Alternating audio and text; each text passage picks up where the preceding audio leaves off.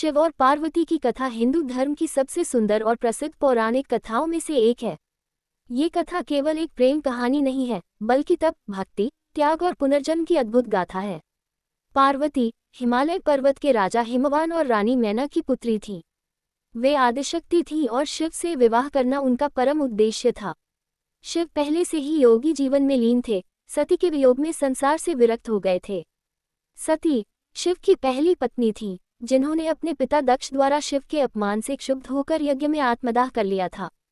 उसके बाद शिव ध्यान में लीन होकर कैलाश पर्वत पर रहने लगे। पार्वती ने शिव को पाने के लिए कठोर तप किया।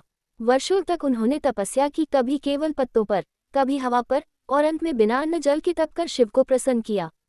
उनकी तपस्या से प्रसन्न होकर शिव प्रकट हुए, परंतु उन्होंने पार्वती की परीक्षा लेने के लिए साधु वेश धारण कर पार्वती से पूछा कि वह क्यों एक मुर्दों पर बैठने वाले, शमशान में रहने वाले, भूत प्रेतों के संग रहने वाले शिव से विवाह करना चाहती हैं। पार्वती ने बड़े ही संयम और श्रद्धा से उत्तर दिया कि शिव कोई साधारण देवता नहीं, वे संहारक हैं, परंतु संहार के साथ साथ कल्याण भी करते हैं। वे परम योगी, परब्रह्म और सच्चे पति हैं। उनकी इस निष्ठा से प्रसन्न होकर शिव ने अपना वास्तविक रूप दिखाया और विवाह के लिए सहमति दे दी। फिर देवताओं ने इस विवाह को संपन्न करवाने के लिए आयोजन किया। विवाह बहुत भव्य और दिव्य रूप में हुआ।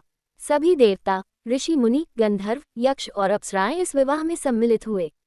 शिव बारात लेकर हिमालय पधारे। उनकी बारात में भूत, प्रेत, नाग, गण और अन्य विचित्र प्राणी थे, जिससे पार्वती की माता मैना डर गईं, पर पार्वती ने सबको शांत किया। विवाह संपन्न होने के बाद शिव और पार्वती कैलाश पर्वत पर रहने लगे।